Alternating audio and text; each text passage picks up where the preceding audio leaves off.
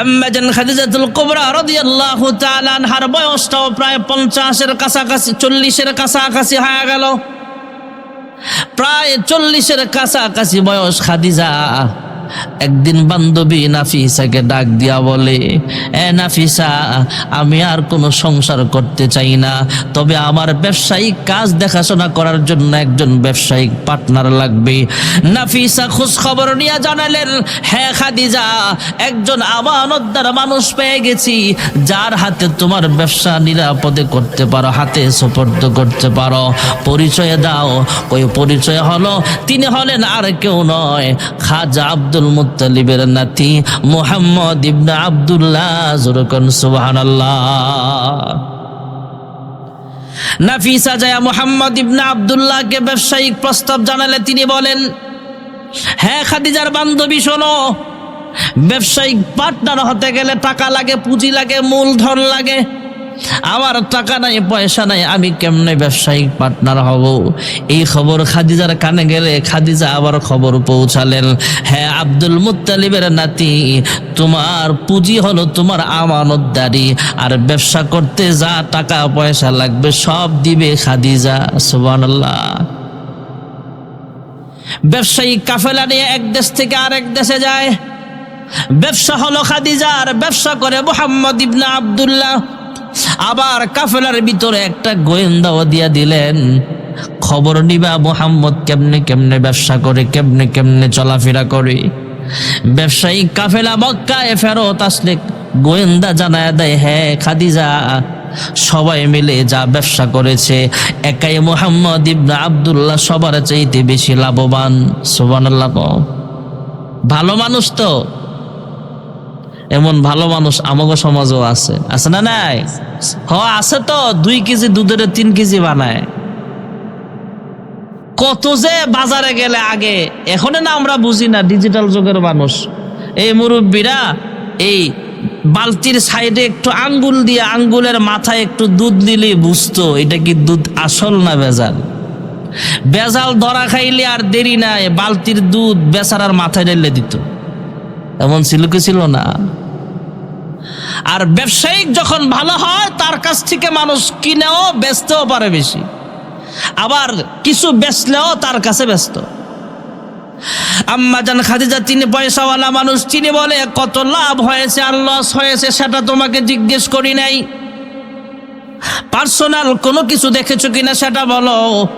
গোয়েন্দা ডাক দেয়া বলে, খাদিজা, প্রচন্ড রোদ্রের তাপের মধ্যে যখন আমরা রাস্তা দিয়া যাই, আমরা তৎকালীন জামানায় যে ছাতা ছিল সেই ছাতা ব্যবহার করত, রোদের তাপ থেকে বাঁচার জন্য মোটা কাপড় ব্যবহার করত, মোটা চাদর ব্যবহার করত, অথবা ছাতা ব্যবহার করত, বা পাতালতা দিয়া ঢাইকা রাখত।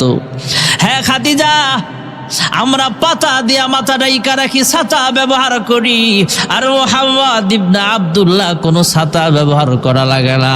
আমরা তাকায় দেখি গো, আকাশের মেঘমালা তাকে ছায়া দিতে দিতে যায়। যুরকান সুবহানাল্লাহ। আম্মা জান খাদিজাতুল কুবরা রাদিয়াল্লাহু তাআলা আনহার মনে আরো ভালোবাসা জায়গা উঠেছে। এক পর্যায়ে একদিন নাফিসা খাদিজার ঘরে ঢুইকা দেখে খাদিজাতুল কুবরা সেজে গুজে বসে আছেন। বান্ধবী জিজ্ঞেস করে, কিরে খাদিজা, অন্য দিনের তুলনায় আজকে মনটা খুশি খুশি মনে হয়, কি হয়েছে তোমার? এভাবে খুশি খুশি মনে সেজে গুজে বসে আছো কেন? আম্মা জান খাদিজা, আল্লাহ তাআলা অনেক সৌন্দর্য দান করেছিলেন, বিশ্ব সুন্দরী খাদিজা ছিলেন, যদিও বয়সটা 40, কিন্তু দেখলে বয়স বোঝা যায় না। সুবহানাল্লাহ। এমন কিছু মানুষ সমাজে আছে না নাই? পুরুষ মহিলা উভয়ই আছে। অনেক পুরুষ আছে দেখবেন বয়স 50 বোঝা যায় না, অনেক মহিলাও আছে বয়স 40 পার হয়ে গেছে কিন্তু বোঝা যায় না, ইয়াং ইয়াং লাগে। আম্মা জান খাদিজাতুল কুবরা রাদিয়াল্লাহু তাআলা আনহাকে দেখতে ও ইয়াং মনে হইতো। নাফিসা ডাক দেয়া বলে, হ্যাঁ খাদিজা, তুমি তো এমনি সুন্দরী, আবার সেজে গুজে বসে আছো, কি হয়েছে তোমার? মনের ভিতরে কোনো রং লাগছে নাকি? সুবহানাল্লাহ। নাফিসা জিজ্ঞেস করলে খাদিজা জবাব দেয়, মনের ভিতরে রং লাগছে ঠিক আছে, কিন্তু কোনো লাভ নাই। নাফিসা বলে লাভ হোক আর লস হোক, আমি তোমার ক্লোজ ফ্রেন্ড, সবচেয়ে কাছের বান্ধবী, আমার কাছে না বললে তুমি আর কার কাছে বলবা, জলদি বলো। আম্মা জান খাদিজা বলে নাফিসা শোন, যে মুহাম্মদ ইবনে আব্দুল্লাহর হাতে আমার ব্যবসায়িক দায়িত্ব দিলাম, ওই মুহাম্মদের হাতে যদি আমার জীবনটাও পরিচালনা করতে দায়িত্ব দিতে পারতাম তাহলে আমি ধন্য হতাম। জোরে কোন সুবহানাল্লাহ। মুহাম্মদ ইবনে আব্দুল্লাহর কাছে প্রস্তাব জানালেন।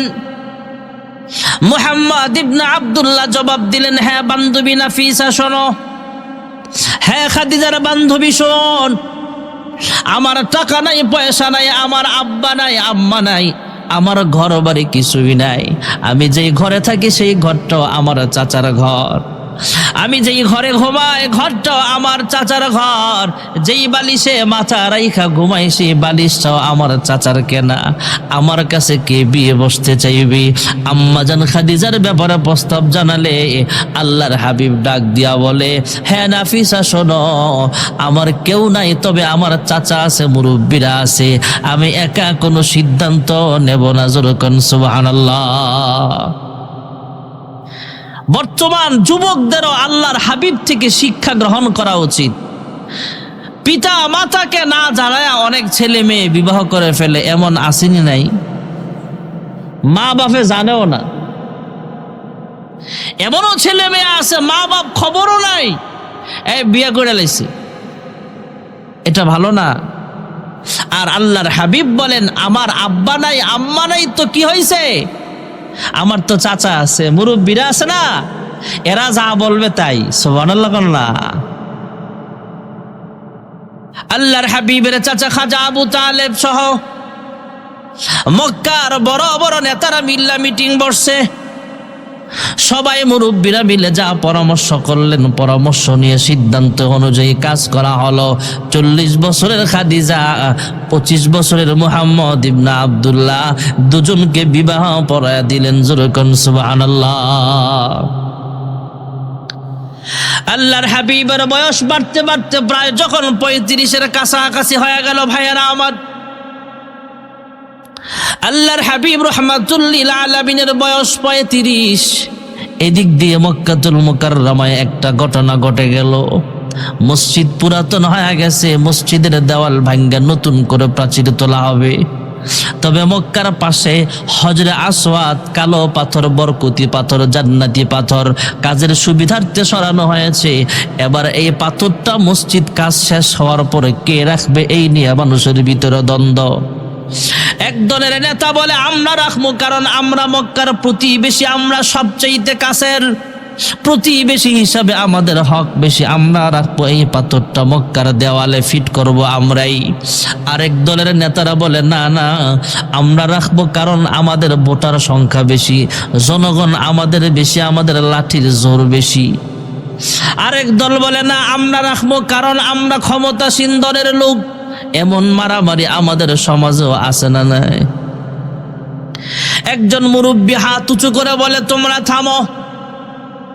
এই গ্রামের মানুষ কেউ আওয়ামী লীগ করতে পারে, কেউ বিএনপি করতে পারে, কেউ জাতীয় পার্টি করে, কারো মার্কা নৌকা হতে পারে, কারো ধানের শীষ হতে পারে, কাহারো মার্কা লাঙ্গল হতে পারে, দাড়িপাল্লা হতে পারে, কাহারো মার্কা হাত পাখা হতে পারে, কিন্তু সবাই কিন্তু মারা গেলে এক কবরস্থানে দাফন করা হয়, একই রাস্তা আমরা ব্যবহার করতে হয়।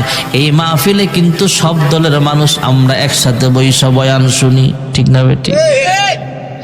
চাচাই হাত উঁচু করে বলে, আমরা এক বাজার থেকে সকালবেলা বাজার করি, সকালেই সবাই সবার সাথে দেখা হবে। অতএব পরস্পর ঝগড়া জাতি করে লাভ নাই। আমাদের ভিতরে একজনকে ভালো মানুষ হিসাবে নির্বাচন করো, সেই ভালো মানুষটা যা সিদ্ধান্ত দিবে আমরা তাই মেনে নেব। জোরে কোন সুবহানাল্লাহ। আরেকজন জিজ্ঞেস করে, হ্যাঁ চাচা, সমাজের মধ্যে ভালো মানুষ কোথায় পাবো? কয় অমুক মসজিদের সভাপতি। আপনাকে সভাপতি ভালো? ডাক দিয়া কয়, সভাপতি হলে কি হবে? এই সভাপতির খবর আপনি জানেন না? হাজি সাহেব সুন্দর, সামনের কাতারের মুসল্লি, সব ঠিক আছে, কিন্তু ভিতরে ভিতরে 20 লাখ টাকা সুদে লাগায় রাখছে। এমন হাজি সমাজও আছে না? আবার শুক্রবার জুমার দিন হুজুর যদি সুদের বিরুদ্ধে ওয়াজ করে, তাহলে এই হাজি সাহাবী বাইরে যায়া ভুল মিটিং করে, এই হুজুর আর চলতো না। এমন ষড়যন্ত্রকারী আছে না নাই? আরেকজন ডাক দেওয়া বলে অমুক এলাকার নেতা, কয় তারে দিয়াও চলবে না, ভেজাল আছে। যার নাম বলে তার ভিতরেই ভেজাল। এক পর্যায়ে একজন দাঁড়ায় বলে, তোমরা শোনো, এইভাবে তোমরা ভালো মানুষ খুঁজে পাইবা না। আগামীকাল সকালবেলা সবাই মসজিদে যাব, যায়া দেখবো সবার আগে কে মসজিদে যায়। যিনি ফজরের ওয়াক্তে সবার আগে মসজিদে ঢুকবে, তিনি হলো সমাজের সবচাইতে ভালো মানুষ। জুমার দিন সহ প্রত্যেক দিন ফজরের সময় মসজিদে সবার আগে কে যায়? যিনি আজান দেয়। কে? মুয়াজ্জিন সাহেব, ইমাম সাহেব, ওনারা মসজিদে আগে যায়। আমরা দাম দিতে জানি না, কিন্তু ওনারা সমাজের সবচেয়ে ভালো মানুষ। সুবহানাল্লাহ বলেন। এই পরামর্শ অনুযায়ী পরের দিন সকালবেলা চতুর্দিক থেকে মানুষ মক্কা শরীফে আসছেন, হেরাম শরীফে প্রবেশ করেছেন। আয়েশা খবর নিয়ে জানতে পারলেন সবার আগে যিনি মসজিদে হারামে এসেছেন ফজরের ওয়াক্তে, তিনি আর কেউ নয়, খাজা আব্দুল মুত্তালিবের নাতি মুহাম্মদ ইবনে আব্দুল্লাহ। যুরকুন সুবহানাল্লাহ। চতুর্দিক থেকে মানুষ একত্রিত হয়ে জড়ো হয়ে বলে, হ্যাঁ মুহাম্মদ, আমাদের ভিতরে মাথা ফাটাফাটির পর্যায়ে চলে আসছে। আমাদের ভিতরে দ্বন্দ্ব, হজরে আসওয়াদ পাথর কে রাখবে এই নিয়ে মারামারি। একদল বলে আমরা রাখবো, আমরা ক্ষমতাসীন দলের লোক। আরেক দল বলে আমরা রাখবো, আমাদের ভোটার সংখ্যা বেশি। আরেক দল বলে আমরা প্রতিবেশী হিসাবে আমাদের হক বেশি, কি করতে পারি? হ্যাঁ মুহাম্মদ, তুমি আমাদের সমাজের ভিতরে সবচেয়ে ভালো মানুষ, তুমি যা সিদ্ধান্ত দিবে আমরা তাই মেনে নেব। আল্লাহর হাবিব একটা মোটা চাদর বিছাতে বললেন। নওজোয়ান যুবকদেরকে নিয়ে ধরাধরি করে একটা চাদর বিছানো হলো। এই চাদরের মধ্যে হজরে আসওয়াদ পাথরটা রাখা হলো। সুবহানাল্লাহ। আল্লাহর হাবিব আবার ডাকলেন, দলীয় ক্ষমতাসীন দলের লোক নেতা কে আছেন সামনে আসেন। তিনি আসলেন, আপনি চাদরের এক কানিতে ধরেন। আবার বিরোধী দলের নেতা কে আছেন, আপনি আসেন, তিনি চাদরের আরেক মাথায় ধরলেন। এভাবে প্রত্যেক গোত্র, সরকারি বেসরকারি যত গোত্র ছিল সেই দেশে তৎকালীন জামানায়, প্রত্যেক গোত্রের মেন নেতারা সামনে আসলে চতুর্দিকে চাদরের মধ্যে ধরলেন। আল্লাহর হাবিব এক পাশে ধরলেন। কোনো ঝগড়া নাই, ফাসাদ নাই, কোনো ঝগড়া হলো না, মাথা ফাটাফাটি হলো না। আল্লাহর হাবিবের পরামর্শে আর নেতৃত্বে হজরে আসওয়াদ পাথরটা যথা স্থানে রাখলেন। যুরকুন সুবহানাল্লাহ। ভাইরা আমার, বন্ধুরা আবার, নবী হিসাবে না, মানুষ হিসাবে মুহাম্মদ ইবনে আব্দুল্লাহর প্রতি সমস্যা কোন বলেন কিছু বলেন। মাশাআল্লাহ, চেয়ারম্যান সাহেব আসছে না? আপনাদের চেয়ারম্যান সাহেব আসছে, আলহামদুলিল্লাহ বলেন। আল্লাহর হাবিব রাহমাতুল লিল আলামিন, আল্লাহর হাবিবের প্রতি মানুষের বিশ্বাস আরো বেড়ে গেল। আল্লাহর হাবিবের বয়স বাড়তে বাড়তে প্রায় যখন 40-এর কাছাকাছি চলে আসছে, এদিক দিয়ে আম্মাজান খাদিজাতুল কুবরা রাদিয়াল্লাহু তাআলা আনহা আল্লাহর হাবিবকে একদিন জিজ্ঞেস করে, ওগো আমার প্রাণের স্বামী গো, হে আবুল কাসেম, কি হয়েছে আপনার? মাঝে মাঝে দেখি আসমানের দিকে তাকায় একা একা কি যেন গবেষণা করেন। কি হয়েছে আপনার? প্রথম প্রথম ভেবেছিলাম টাকা পয়সার জন্য বুঝি আপনার মন খারাপ। পরীক্ষা নিরীক্ষা করে দেখলাম না, টাকা পয়সার জন্য আপনার মন একটু খারাপ না। ভেবেছিলাম আমার মতো 40 বছরের একটা নারী বিবাহ করার কারণে বুঝি মন খারাপ। চিন্তা ভাবনা করে দেখলাম, গবেষণা করে দেখলাম, পরীক্ষা করে দেখলাম, এই জন্য আপনার মন একটু খারাপ না। হে আবুল কাসেম, তবে মাঝে মাঝে আসমানের দিকে তাকায় তাকায় কি যেন ভাবেন, একা একা বৈশা বৈশা কি যেন গবেষণা করেন, কি হয়েছে আপনার? মুহাম্মদ ইবনে আব্দুল্লাহ জবাব দেয়, হে খাদিজা, আরবের মানুষগুলো অনেক খারাপ হয়ে গেছে, জাহেল হয়ে গেছে। আমার মন চায় আমি পাহাড়ের উপরে বৈশা বৈশা একা একা রবের ধ্যানে সময় কাটাইতে। যুরকুন সুবহানাল্লাহ। আম্মা জান খাদিজাতুল কুবরা রাদিয়াল্লাহু তাআলা আনহা অনুমতি দিয়ে দিলেন। আল্লাহর হাবিব পাহাড়ের উপরে বৈশা বৈশা রবের ধ্যানে সময় কাটাইতে থাকলেন। হঠাৎ আল্লাহর হাবিবের কাছে আল্লাহ রাব্বুল আলামিন জিবরাইল আমিনকে পাঠায়া দিলেন। হযরতে জিবরাইল আলাইহিস সালাম আল্লাহর হাবিব কাইসা বলেন, ইয়া মুহাম্মদ ইকরা। আল্লাহর হাবিব জবাব দিলেন, মা আনা বিকারিন। জিবরাইল আবার বললেন, পয়গম্বর একই জবাব দিলেন, মা আনা বিকারিন। এক পর্যায়ে জিবরাইল আমিন পয়গম্বরের সিনার সাথে সিনা লাগায়া একটু চাপ মারলেন। সুবহানাল্লাহ বলেন।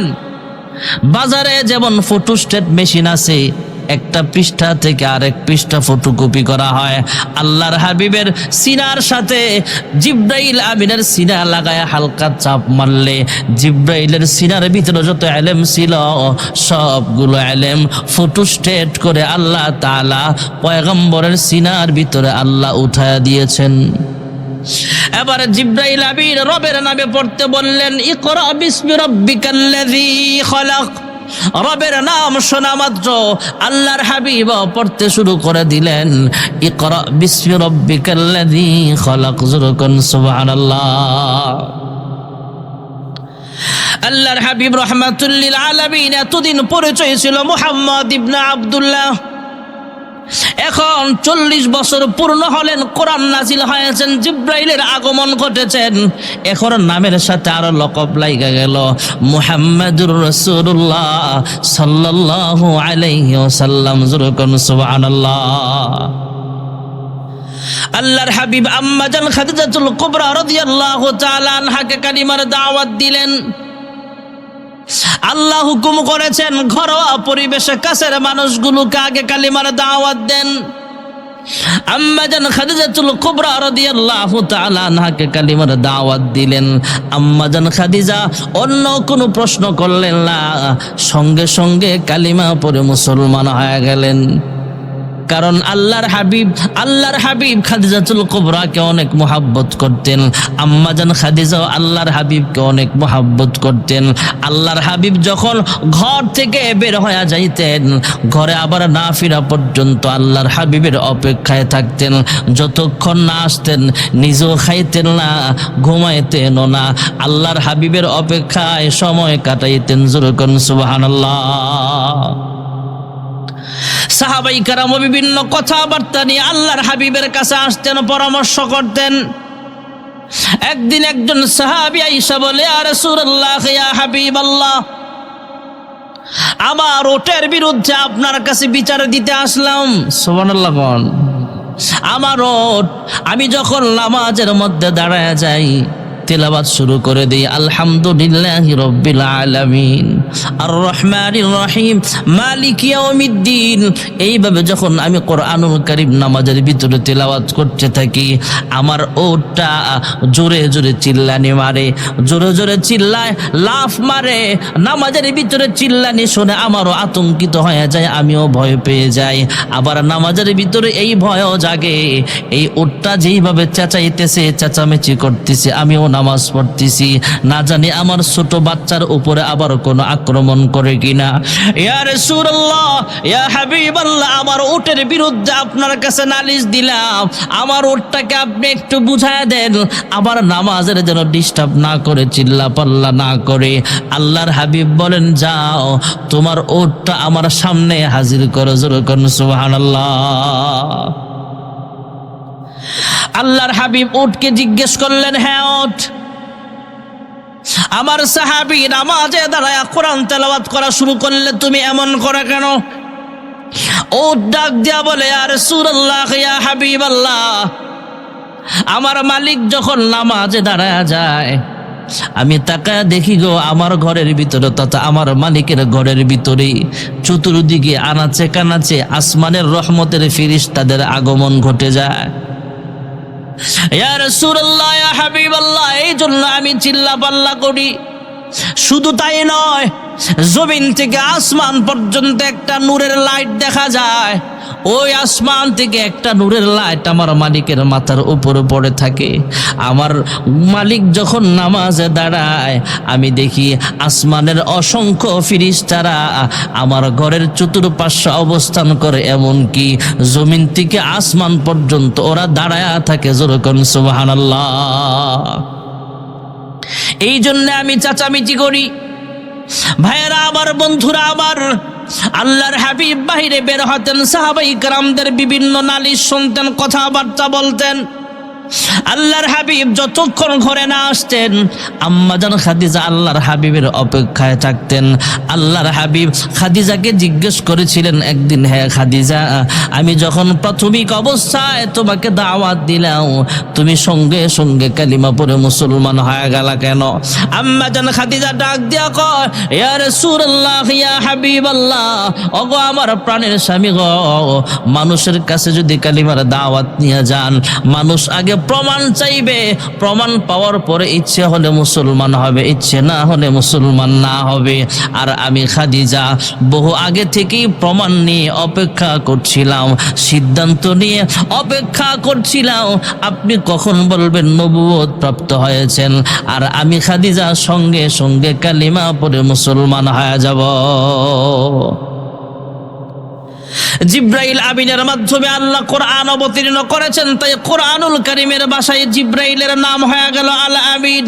সুবহানাল্লাহ। কোন নাযালা বিহির রূহুল আমিন, জিব্রাইলের নাম হয়ে গেল আল আমিন। যে মক্কাতুল মুকাররমায় আল্লাহ সর্বপ্রথম কোরআন অবতীর্ণ করেছেন, যে মক্কাতুল মুকাররমায় এমন একটা ঘর আছে যে ঘরের দিকে তাকায়া থাকলো আমল নামায় সব লেখা হয়ে যায়।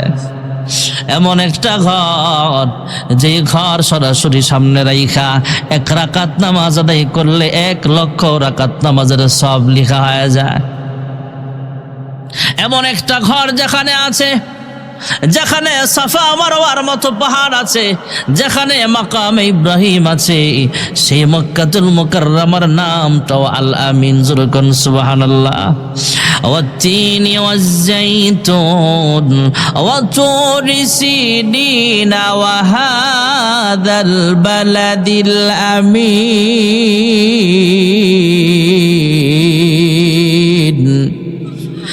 জিব্রাইলের নাম হয়ে গেল আল আমিন, মক্কাতুল মুকাররমার নামটাও আল আমিন। যে হাবিবের কাছে আল্লাহ রাব্বুল আলামিন কোরআন অবতীর্ণ করেছেন, সাহেবে কোরআন মুহাম্মদুর রাসূলুল্লাহ সাল্লাল্লাহু আলাইহি ওয়াসাল্লাম, তিনির নামটাও আল আমিন। জোরে কোন সুবহানাল্লাহ। ইয়া মুহাম্মদ জগত উজালা, ইয়া মুহাম্মদ জগত উজালা, কমলি ওয়ালা তোমারি নাম, মদিনা ওয়ালা তোমারি নাম। এই পৃথিবীর নামেরই ঢঙ্কা, এই পৃথিবীর নামেরই ঢঙ্কা, সবারই সেরা তোমারি নাম, কমলিওয়ালা তোমারি নাম। ফকির দরবেশ বাদশাগণের, ফকির দরবেশ বাদশাগণের গলারি মালা তোমারি নাম, কৌসরওয়ালা তোমারি নাম। লৌহে মাহফুজে আছে যে লেখা, লৌহে মাহফুজে আছে যে লেখা, মিমেরি দ্বারা তোমারি নাম, আলমিন উপাধি তোমারি নাম। লা ইলাহা, লা ইলাহা ইল্লাল্লাহু মুহাম্মাদুর রাসূলুল্লাহ সাল্লাল্লাহু আলাইহি ওয়াসাল্লাম। আল্লাহর হুকুমে আল্লাহর হাবিব সবচেয়ে কাছের মানুষগুলোকে কালিমার দাওয়াত দিতে লাগলেন। আল্লাহর হাবিবের সবচেয়ে কাছের বন্ধু ছিলেন হযরত আবু বকর। সুবহানাল্লাহ। কোন ছোটবেলার খেলার সাথী, কয়েক বছরের ছোট, কিন্তু ছোট্টবেলা থেকে পরিচিত কাছের মানুষ হযরত আবু বকর। যুবক বয়সেও আল্লাহর হাবিবের সবচাইতে ঘনিষ্ঠ মানুষ হলেন হযরত আবু বকর। মক্কি জিন্দেগিতেও সবচাইতে ঘনিষ্ঠ মানুষ হলো আবু বকর। মাদানী জিন্দেগিতেও সবচাইতে কাছের মানুষ আবু বকর। আর ইন্তেকালের পরও আল্লাহর হাবিবের সবচাইতে কাছের কবরটাও আবু বকরের। সুবহানাল্লাহ। দুই সাথীকে পাশে নিয়ে হায় ঘুমিয়ে আছেন নিঝুম নিরালায়, সাড়া দাও রাসূলুল্লাহ রওজা পাকের কিনারে। হযরত আবু বকরকে কালিমার দাওয়াত দিলেন। আবু বকর উল্টা কোনো প্রশ্ন করলেন না, কালিমা পড়ে মুসলমান হয়ে গেলে আল্লাহর হাবিব জানতে চাইলেন, আবু বকর আমি যদি মানুষের কাছে কালিমার দাওয়াত নিয়ে যাই, মানুষ আগে নবুয়তির প্রমাণ চাইবে, তারপরে মুসলমান হবে কি না হবে সিদ্ধান্ত নিবে, চিন্তা ভাবনা করবে। হ্যাঁ আবু বকর, তুমি কোনো চিন্তা ভাবনাও করলে না, উল্টা কোনো প্রশ্ন করলেন না, এমনি কালিমা পড়ে মুসলমান হয়ে গেলেন। আবু বকর জবাব দিলেন, ইয়া রাসূলুল্লাহ ইয়া হাবিবাল্লাহ, ছোট্ট সময় থেকে আপনাকে আমি চিনি, বড় হয়েও চিনি, আমি আপনার সবচাইতে কাছের মানুষ, ক্লোজ ফ্রেন্ড, সবচাইতে কাছের বন্ধু। আজও পর্যন্ত আপনি জিন্দেগিতে একটা মিথ্যা কথাও বলেন নাই। সুবহানাল্লাহ। আমাদের সমাজের সবাই না, আপনাদের চেয়ারম্যান সাহেব ভালো, অনেক এলাকার নেতা এমন আছে নির্বাচনের আগের কথা আর পরের কথা বেমিল হয়ে যায়, আছে না নাই? ক্ষমতা পাবার আগে মনটা ভালো থাকে, পথে ঘাটে পায়ে যাকে সালামটা দেয় আগে, ক্ষমতা পেলে পরে ক্ষমতার এই বলে, এই জনতাকে সে আর চেনে না, যে কথা না বলে আমি থাকতে পারি না। ঠিক না ঠিক? আর আবু বকর ডাক দিয়া কয়, আপনি হলেন এমন নেতা, আপনার 40 বছরের ভিতরে একদিন একটা মিথ্যা কথাও বলতে দেখি নাই। সুবহানাল্লাহ কন্যা। যার জিন্দেগিতে একটা মিথ্যা কথাও নাই, তিনি হলেন মুহাম্মদুর রাসূলুল্লাহ সাল্লাল্লাহু আলাইহি ওয়াসাল্লাম। আগা পয়গম্বর, আজও পর্যন্ত সব কথার সাক্ষ্য আমি দিয়েছি, আপনি সত্যবাদী। আর আজকেও যখন বলেছেন আপনি নবুয়ত প্রাপ্ত হয়েছেন, আমি বিন্দু পরিমাণ কোনো সন্দেহ করি নাই, আমি 100% বিশ্বাস হয়ে গেছে, ইয়াকিন হয়ে গেছে আপনি আসলেই আল্লাহর পাঠানো পয়গম্বর। তাই কোনো ইশকাল করি নাই, প্রশ্ন করি নাই, সঙ্গে সঙ্গে কালিমা পড়ে মুসলমান হয়ে গিয়েছি। ভাইরা আমার, বন্ধুরা আমার, আল্লাহর হাবিব রাহমাতুল লিল আলামিন কালিমার দাওয়াত দেয় মাত্র 40 জন মুসলমান। কয়জন? আর এখানে কয়জন আছে? 40 জন না আরো বেশি? চেয়ারম্যান সাহেব প্রতিনিধি, উনি জানে কিছু ঘটনা, কিছু তথ্য ওনার কাছেও থাকে। আমাদের পাশের রাষ্ট্র কি? ভারত। ভারতের ভিতরে যদি 250 কোটি মানুষ থাকে, সে দেশে 50 কোটিরও বেশি আছে শুধু মুসলমান। সুবহানাল্লাহ। আরো আসতে কম। আমরা বাংলাদেশের জনসংখ্যা তো আরো কম। আমাদের বাংলাদেশের জনসংখ্যা যদি 18 কোটি হয়, ওরা 50 কোটি শুধু মুসলমানই। আমার এই মাসেও ইন্ডিয়াতে প্রোগ্রাম আছে। আমাদের দেশে যেমন ইন্ডিয়া থেকে কোনো বক্তা আসলে হাজার হাজার মানুষ, তা আমরা গেলেও বাংলাদেশ থেকে বক্তা আসছে, অনেক মানুষ আসে। ও দেশে মুসলমান অনেক এরিয়া আছে আমাদের চেয়ে ভালো, মজবুতওয়ালা। পুরা পৃথিবীর জমিনে অনেক মানুষ, অনেক মুসলমান, 200 কোটিরও বেশি মুসলমান। সুবহানাল্লাহ কোন। আর তখন মাত্র ছিল 40 জন। এখন মুসলমানের সংখ্যা বেশি হওয়ার কারণে এরপরেও তো মুসলমানরা নির্যাতিত, জুলুম, অত্যাচারের শিকার, আছে না নাই? আমরা বাংলাদেশেও কি আমরা ভালো আছি নাকি? এত মুসলমান বেশি হওয়ার পরেও তো আমরা মাজলুম। আজকে একজন আলেম যদি হক কথা বলতে যায়, মাজলুম। এলাকার দাপুটি মানুষ যারা আছে, এরা বলবে হুজুর কথা বলতে সাবধানে বইলেন। পুলিশ অফিসার থাকলে বলবে হুজুর বেশি কথা বললে কিন্তু অ্যারেস্ট করে ফেলবো। এরাও আরো বড় নেতা হইলে হুজুর খায়ালামো, বিভিন্ন ধমক দেওয়া, না আছে না নাই? আপনাদের এলাকায় নাই, কিছু আছে এরকম।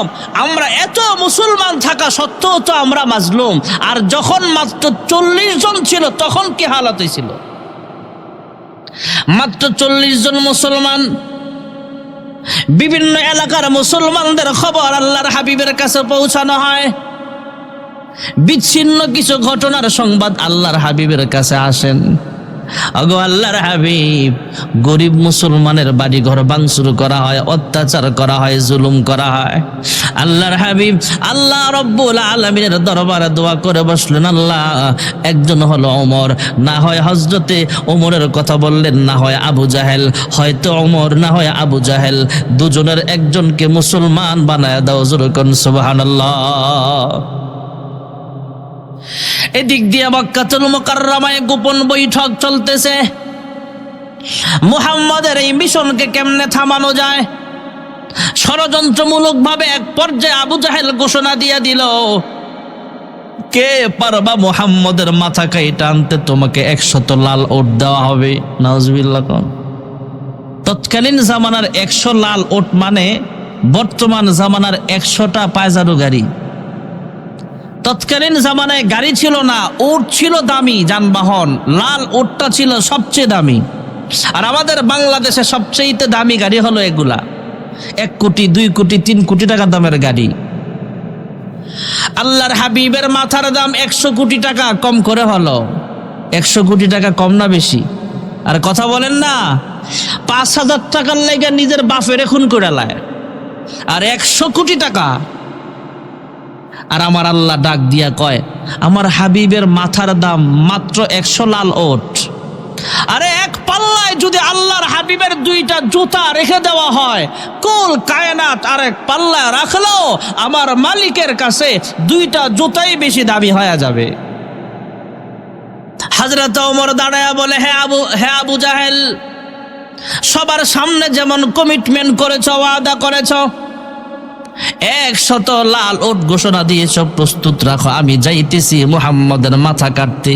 নাউজুবিল্লাহ। কোন রওনা হয়ে গেলে প্রতিমধ্যে আল্লাহর নবীর একজন গরিব সাহাবী ওমরকে ভালো করে চিনে জিজ্ঞেস করে, হ্যাঁ ওমর, কোথায় যাও? কয়, মুহাম্মদের মাথা কাটতে রওনা হলাম, আমাকে ছেড়ে দাও, আমার পথ আটকাবা না। আল্লাহর নবীর সাহাবী ডাক দিয়া কয়, ওমর, নিজের ঘরে আগুন লাগছে খবর নাই। কয়, আমার ঘরে আবার কি আগুন লাগাইলো? কয়, নিজের ঘর আগে সামলাও, পরে মুহাম্মদের কাছে যাও। কয়, তোমার ঘরে আবার কি হয়েছে তুমি জানো না? কয়, না। কয়, একটু আগে জানতে পারলাম তোমার বোন ফাতেমা আর তোমার বোনের জামাই কালিমা পড়ে মুসলমান হয়ে গেছে। ওমরের মেজাজ ঠান্ডা হবে না আরো গরম? কি বললে এটা? তোমার কথা মিথ্যা হলে কিন্তু তোমার খবর আছে, আর তোমার কথা সত্য হয়ে থাকলে মুহাম্মদের কাছে পরে গেলেও হবে। দিলাম গাড়ি ঘুরায়া, আগে ঘরে সামলাই। সুবহানাল্লাহ। কোন হযরত ওমর রাস্তা ঘুরায়া বোনের বাড়ির পথে রওনা হয়ে গেলেন। ভাইয়ারা আমার, বোনের বাড়ির দরওয়াজায় যায় আওয়াজ দিলেন। আওয়াজ দেওয়ার আগে ভেতরে কোরআন তেলাওয়াত করছিলেন ওনারা। ওই কোরআন তেলাওয়াতের আওয়াজ ওমরের কানের মাধ্যমে অন্তর পর্যন্ত আল্লাহ ঢুকায়া দিয়েছেন। ভেতরে কে যেন তেলাওয়াত করছিলেন, তাহা মা আনজালনা আলাইকাল কুরআনা লিতাশকা। কোরআনের অ্যাকশন শুরু হয়ে গেছে। সুবহানাল্লাহ। কোন হযরত ওমর দরওয়াজায় আওয়াজ দিলে দরওয়াজা খোলা হলো। বোন আর বোনের জামাইকে তলোয়ারের উল্টা পিঠ দ্বারা আঘাত করে, ঘুষা মারে, চর থাপ্পড় দেয় আর ধমক মারে। তোমরা কোন সাহসে আমার অনুমতি ছাড়া মুসলমান হইলা? বোন ডাক দিয়া কয়, ভাই ওমর, ইসলাম ধর্ম গ্রহণ করার জন্য কাহার অনুমতির প্রয়োজন নাই, আমাদেরকে আল্লাহ কবুল করেছেন, তাই আমরা কালিমা পড়ে নিয়েছি। জোরে কোন সুবহানাল্লাহ। মার খাওয়ার পরে বোন ফাতেমা এক পর্যায়ে গর্জে উঠলেন, ডাক দিয়া বলে, হ্যাঁ ভাই ওমর, তুমি যে মায়ের সন্তান, আমিও কিন্তু সেই মায়ের সন্তান। তুমি যে মায়ের দুধ পান করেছো, আমিও কিন্তু সেই মায়ের দুধ পান করেছি। হ্যাঁ ভাই ওমর, মনে রাখো, আমাকে মারতে মারতে দেহ থেকে আমার সব রক্ত ঝরাইয়া দিতে পারবা, আমার দেহ থেকে আমার রূহটা আলাদা হয়ে যেতে পারে, আমাকে মেরে ফেলতে পারবা। আল্লাহর কসম করে বলি রে ভাই, এক সেকেন্ডের জন্য আমি কালিমা ছাড়তে রাজি হব না। আল কোরআনের সৈনিক আমি, নেই কো পরাজয়, এক আল্লাহর গোলাম আমি, এই তো পরিচয় আমার, এই তো পরিচয়। এই পৃথিবীর সবই নকল, এই পৃথিবীর সবই নকল, আসল কিছু নয়, এক আল্লাহর গোলাম আমি, এই তো পরিচয় আমার, এই তো পরিচয়। ঠিক না বেঠিক? হযরত ওমর বোনের রক্ত মাখা চেহারার কথাগুলো শুই না আরো মায়া বেড়ে গেল। এক পর্যায়ে ডাক দিয়া কয়, হে বোন ফাতেমা, একটু আগে বাহির থেকে তোমাদের পড়ার শব্দ শুনেছিলাম, তেলাওয়াতের শব্দ শুনেছিলাম, আমার বড় মজা লেগেছিল, কিন্তু রাগের কারণে তোমাদেরকে মারলাম, আমারে মাফ করে দাও। কণ্ঠস্বরটা আস্তে আস্তে মায়াবী যখন হয়ে গেছে, কারি সাহেব যিনি পালায়া ছিলেন, আড়ালে লুকায়া ছিলেন, তিনিও বের হয়ে আসলেন। ডাক দিয়া কয়, হে বোন ফাতেমা, আমি বাহির থেকে যা তেলাওয়াত শুনেছিলাম, আমার কাছে অনেক মজা লেগেছিল, আমার কাছে অনেক মায়া মনে হয়েছিল। হে বোন ফাতেমা, আমারও একটু দাও কাগজখানা, আমিও একটু তিলাওয়াত করতে মনটা চায়। জোরে কোন সুবহানাল্লাহ। বোন ফাতেমা বলে, হ্যাঁ ভাই ওমর, তুমি এই মুহূর্তে নাপাক, চলো আল্লাহর হাবিবের কাছে। অজু গোসল করে আল্লাহর হাবিবের কাছে নিয়ে গেলে ওমর কালিমা পড়ে মুসলমান হয়ে গেলেন। সুবহানাল্লাহ বলেন। ওগো আল্লাহর হাবিব, এই মুহূর্তে আমার কি আমল? ওমর জিজ্ঞেস করলেন, আল্লাহর হাবিব জবাব দিলেন, হ্যাঁ ওমর, আমরা যখন নামাজ পড়ি তুমিও নামাজ পড়বা। আমরা চুপে চুপে কালিমার দাওয়াত দিতে হয়, কারণ মুসলমানরা মাজলুম, মুসলমানদের উপরে জুলুম করা হয়, অত্যাচার করা হয়। আমরা চুপে চুপে নামাজ পড়ি, চুপে চুপে কোরআন তেলাওয়াত করি। হযরত ওমর ডাক দেয়া কয়, ইয়া রাসূলুল্লাহ, ইয়া হাবিবাল্লাহ, আমি ওমর মুসলমান হওয়ার পরও যদি এইভাবে চুপে চুপে কালিমার দাওয়াত দেওয়া লাগে, তাহলে আমি ওমর মুসলমান হয়ে কি লাভ হলো? চলেন মক্কাতুল মুকাররমায় আজান হবে, একামত হবে, জামাত হবে, আপনার ইমামতিতে আমরা নামাজ আদায় করব। কেউ বাধা দিতে আসলে আমি ওমর একাই যথেষ্ট। জোরে কোন সুবহানাল্লাহ। ওমর মুসলমান হওয়ার পরে জাহিরি ভাবে, প্রকাশ্য ভাবে কালিমার দাওয়াত আল্লাহর পক্ষ থেকে নাজিল হয়েছে। যাহা তুমি প্রকাশ্যে দাওয়াত দাও। প্রকাশ্যে দাওয়াত দিতে দিতে মুসলমানের সংখ্যা ছিল 40 জন, আর এখন 4000, 40,000 নয়, 40 লাখও নয়, 200 কোটিরও বেশি মুসলমান। সুবহানাল্লাহ বলেন। ভাইয়েরা আমার, বন্ধুরা আমার, আল্লাহর হাবিবের গুণগান কিছু কথা বললাম, তার কারণ হলো পৃথিবীর জমিনে সবচেয়ে শ্রেষ্ঠ মানুষ হলো আল্লাহর হাবিব রাহমাতুল লিল আলামিন। আল্লাহর পরে সমস্ত মাখলুকাতের ঊর্ধ্বে যার স্থান, তিনি হলেন মুহাম্মদুর রাসূলুল্লাহ সাল্লাল্লাহু আলাইহি ওয়াসাল্লাম। জোরে কোন সুবহানাল্লাহ। আমার চুলের স্টাইল হবে আল্লাহর রাসূলের সুন্নাত তরিকায়, আমার দাড়ির স্টাইলটা হবে আল্লাহর রাসূলের সুন্নাত তরিকায়, আমার পোশাকটা হবে আল্লাহর নবীর সুন্নাত তরিকায়, আমার পর্দা হবে রাসূলের সুন্নাত তরিকায়, আমার নামাজ হবে রাসূলের সুন্নাত তরিকায়, আমার রোজা হবে রাসূলের সুন্নাত তরিকায়। যে আমলের ভিতরে আল্লাহর নবীর সুন্নাত থাকবে না, সে আমল আল্লাহর কাছে গ্রহণযোগ্য হবে না। জোরে কোন সুবহানাল্লাহ। মসজিদে ঢোকার সময় ডান পাও দিয়া ঢোকা, কোন পাও দিয়ে বের হওয়া সুন্নত আছে না নাই? টয়লেটে ঢোকার সময় কোন পাও, বের হওয়ার সময় ভালো কাজ করার আগে বিসমিল্লাহ বলে শুরু করা। একটা পোশাক পরবেন, তাও ডাইন হাতটা আগে ঢুকানো সুন্নত। সুবহানাল্লাহ কোন। মহিলারা রান্না করবে, বিসমিল্লাহ বলে রান্না শুরু করা রাসূলের সুন্নত আছে। হাঁটার সময় জিকিরে ফিকিরে চলা, নিচের দিকে নজর ঘুরায়া চলা, নজর নিচের দিকে রাখা। নজরের হেফাজত পুরুষেরও দরকার, মহিলাদের দরকার। পুরুষরাও আজকে নজরের হেফাজত নাই, মহিলাদেরও নাই, এই জন্য দুর্ঘটনা বেশি ঘটে। রাস্তায় চলার সময়ও সুন্নত আছে, রাস্তায় চলার সময় আদব রক্ষা করে চলা, যতটুকু সম্ভব নিচের দিকে তাকায়া চলা, নজরের হেফাজত করা, এভাবে সালামে কালামে চলা, আর অনেক আদব আছে, রাসূলের সুন্নত তরিকা আছে। আল্লাহ রাব্বুল আলামিন আমাদের সকলকে আমাদের রাষ্ট্রীয় জীবন, পারিবারিক জীবন, সামাজিক জীবন, অর্থনৈতিক জীবন, রাজনৈতিক জীবন, প্রত্যেকটা কদমে কদমে রাসূলের সুন্নত তরিকায় চলার তৌফিক দান করুন, সকলে বলে আমিন। ভাইয়েরা আমার, বন্ধুরা আমার, হুজুর উপস্থিত হয়ে গেছেন, অল্প সময়ের ভিতরে স্টেজে চলে আসবেন। হুজুরে আসার আগে যুবকদের একটা অনুরোধ আমার কাছে জানিয়েছে যে হুজুর, আগামী বছর মাহফিলের জন্যে